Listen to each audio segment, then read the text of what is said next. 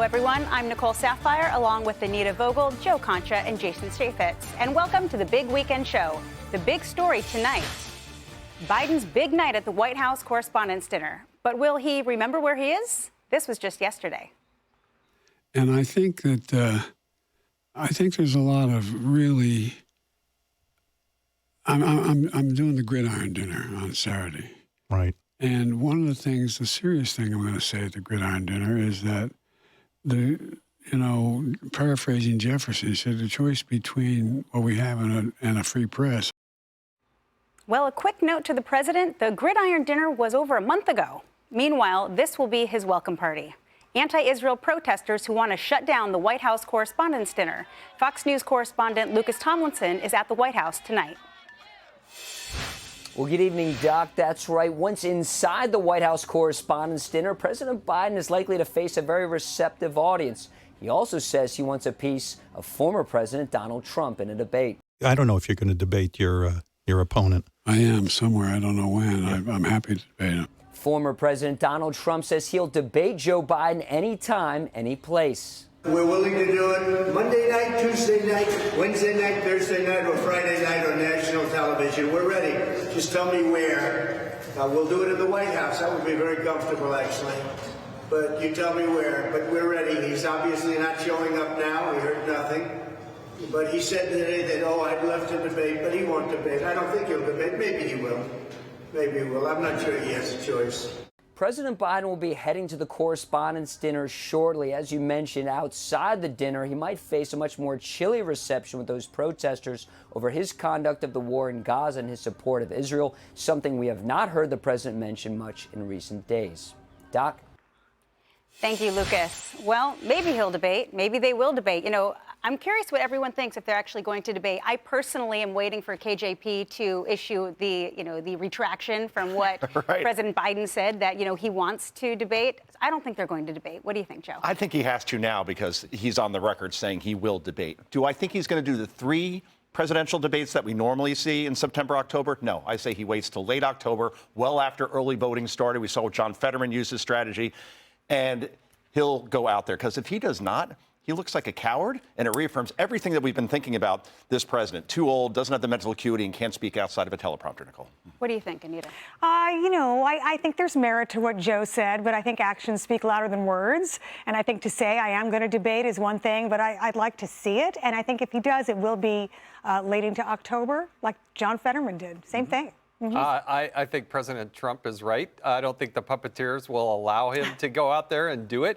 He wouldn't even go on the Super Bowl and do the easiest interview in front of the biggest audience. He couldn't even get through that. No way he gets out there and does a debate. No way. I'm still not convinced he's going to be the nominee. We still have the DNC in August. I'm with you on that as well. I'm waiting to see a Hail Mary happen there. So there may be a debate, but I'm not sure President Biden will be there. Interesting. But speaking of President Biden, he's actually staying up way past his bedtime to wine and dine with celebrities, politicians, and the media at the White House Correspondents' Dinner tonight. He'll even get a chance to role play as a comedian. Some in the mainstream media are excited for Biden to, quote, flex his funny bone. But it could be a little sticky between Biden team and the New York Times after this report of a, quote, petty feud between the New York Times and the White House in Politico this week. A former Biden campaign aide from his 2020 campaign saying the New York Times is failing, telling Politico, quote, Democrats believe in the importance of a free press and upholding our democracy, and the New York Times was for generations an important standard bearer for the Fourth Estate. The frustration with the Times is sometimes so intense because the Times is failing at its important responsibility. That sounds a lot like someone else I know. The New York Times, which I call the failing New York Times. The failing New York Times, and it is failing. The failing New York Times wrote a big, long front page story yesterday. You know what, Jason? So here's the thing that I have with this. You have the White House staffers, they're upset with the New York Times. They are saying that they're upset that the New York Times is reporting on Biden's age, and they want them to just stick with the issues. Don't talk about the age. Don't question his mental acuity.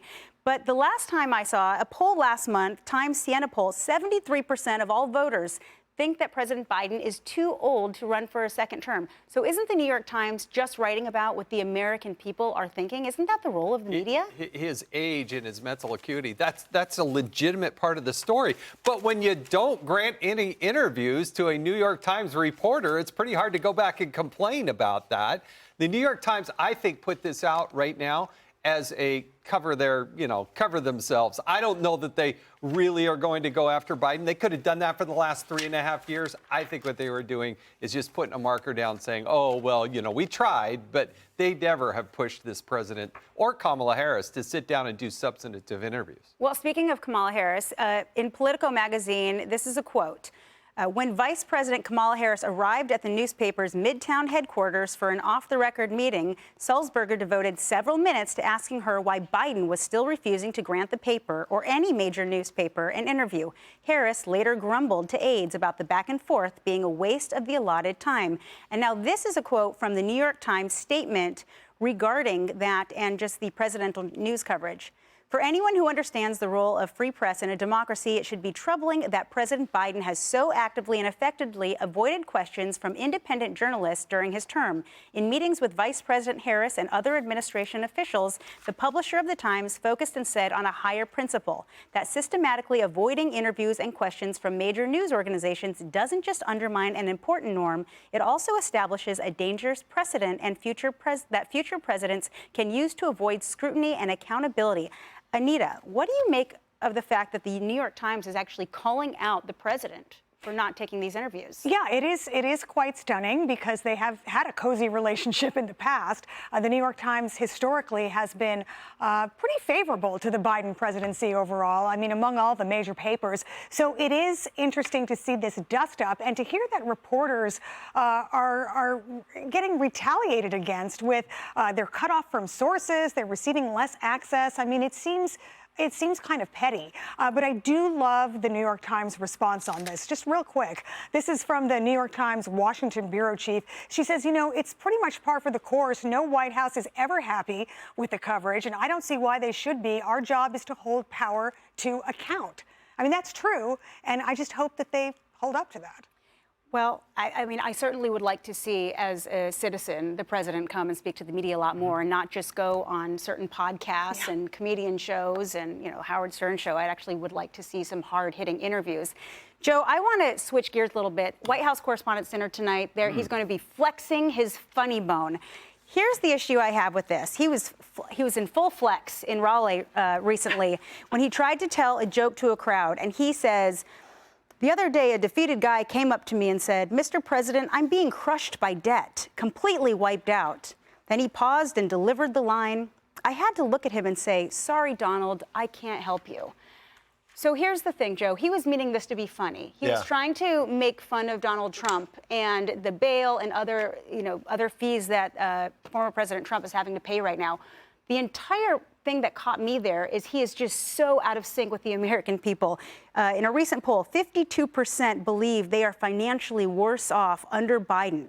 And yet here Biden is joking about someone struggling financially. I mean, is he completely out of touch with the American people? Absolutely. And that's why he's polling lower than any president at this stage of his term in 70 years. That's how bad things are right now, because the messaging is absolutely poor, particularly when it comes to the economy. This is a president that has not done a solo press conference this year. You have to go back many months before he did. To put that in context for a moment, Donald Trump did 35 solo press conferences in his final year in office. He was very accessible. Joe Biden is not. He's packaged, he's scripted, he's homogenized, and that is going to hurt him come November, Nicole.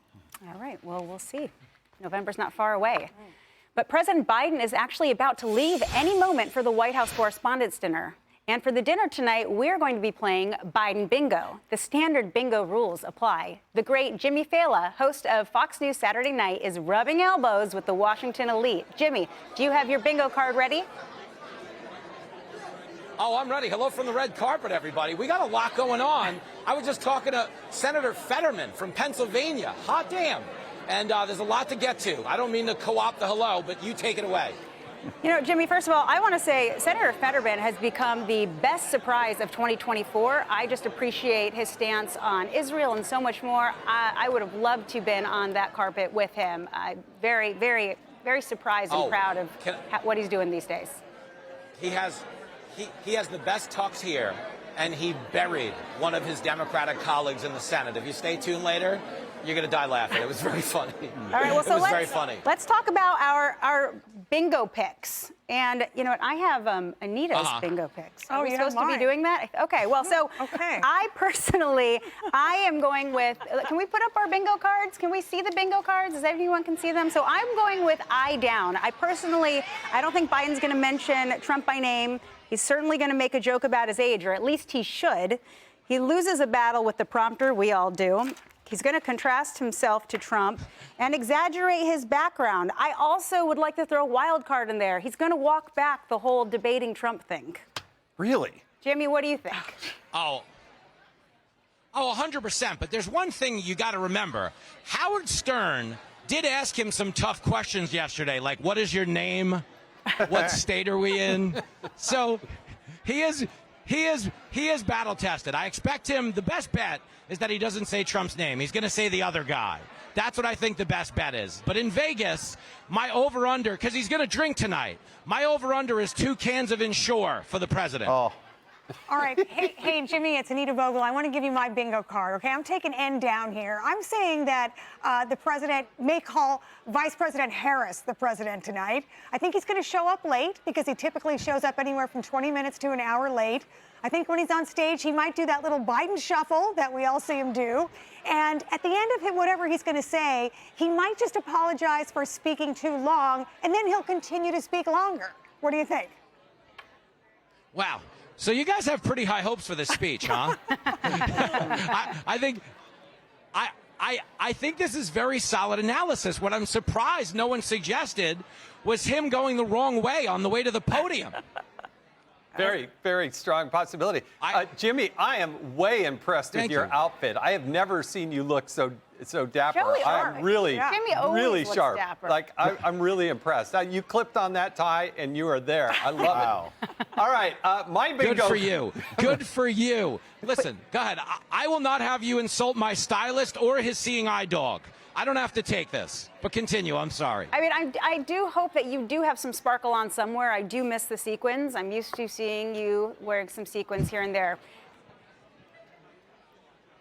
Love it. All right. Later. Stay tuned. You got to stay tuned for that. Well, we're going to. And people can tune into you. Jimmy Fallon will be live from the White House Correspondents Dinner tonight from 9 to 11 p.m. Eastern. Make sure you watch him. Hey, Sean Hannity here. Hey, click here to subscribe to Fox News YouTube page and catch our hottest interviews and most compelling analysis. You will not get it anywhere else.